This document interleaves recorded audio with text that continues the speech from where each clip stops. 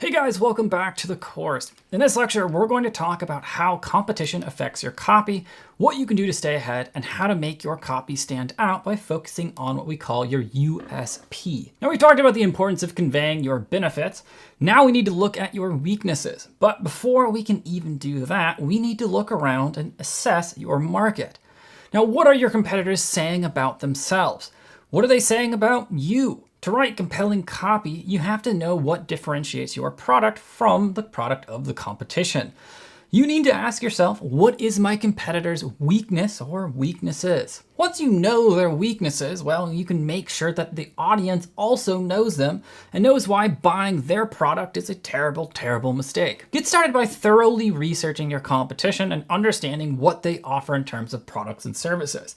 Next, list the elements of their offerings that are inferior to your own. Feel free to tear the competition apart, but be realistic in your comparisons. You want to be able to support your claims if you are challenged, and it's a good chance you will be. So look around online. How many truly unique businesses are there out there? To be honest, most businesses are not altogether unique. There may be dozens of different Ubers, 20 Expedias, and 50 Basecamps.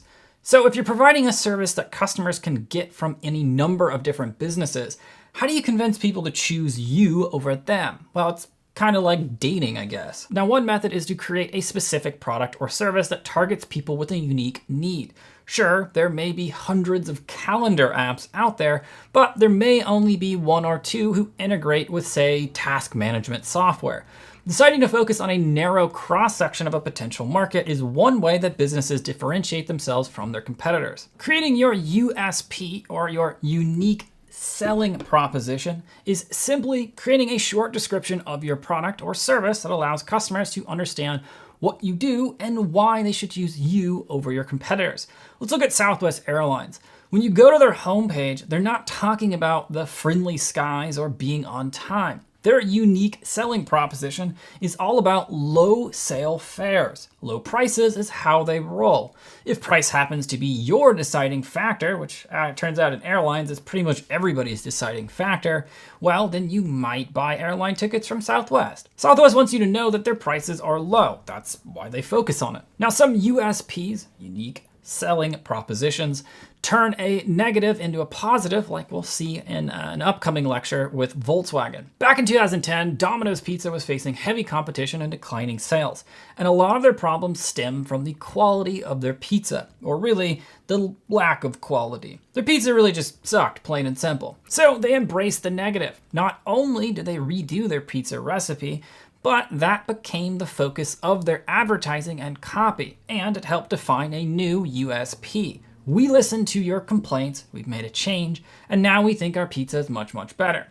One way to approach creating your own unique selling proposition is to follow the advice of John Carlton, who's also known as the most respected writing teacher alive, something like that. His approach is broken down into 3 different sections. Section 1, we help blank, and the blank you fill in your target audience. Number 2, do, and then it's what it is that you help your target audience accomplish. And number 3, even if, and then you insert the worst case scenario happens.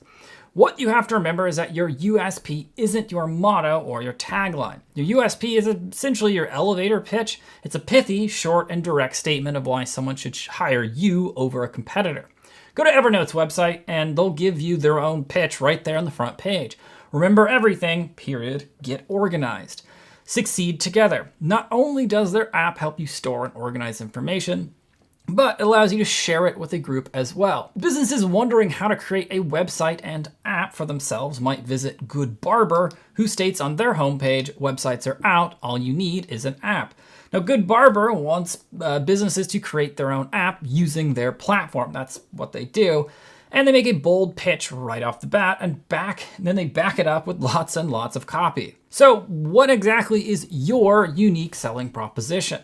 A unique selling proposition is just a fancy way of saying, this is what makes us better than the other guy. If all products are the same, your customers won't know which one is right for them, so the USB helps them choose. Start off by asking yourself a question. What is it that you offer customers or clients that your competitors do not? If you deeply know your product, like we talked about in our last lecture, then you should know what the key differences are, or what some call the points of differentiation. Once you identify that unique element for your business, you'll know exactly what the theme of your content marketing should be, which will eventually become your big story of your business. If you can't see it immediately, don't give up. Often there's something there that you take for granted, but others would find quite remarkable. For example, while you could buy shoes plenty of different places online, Zappos made a name for itself by offering a pretty amazing shipping and return policy. Free shipping for all customers on all orders,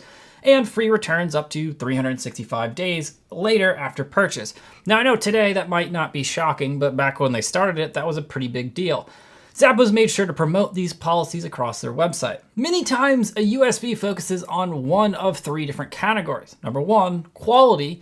We've got the best ingredients, or our pizza really is good, like in the case of Domino's. Number two, price. We've got the lowest price guaranteed, like we saw with Southwest Airlines.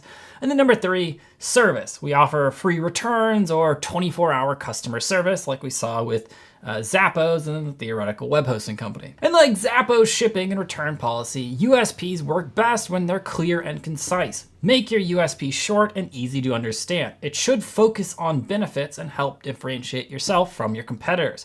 Ultimately, USPs should help build trust without relying on salesy or sleazy kinds of language. Make sense?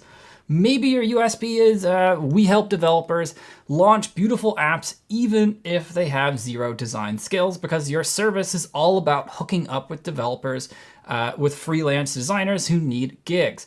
Or if you provide physical therapy for kids, let's say, maybe your USP is we help kids develop physical strength and independence even if they can't walk or speak. I don't know.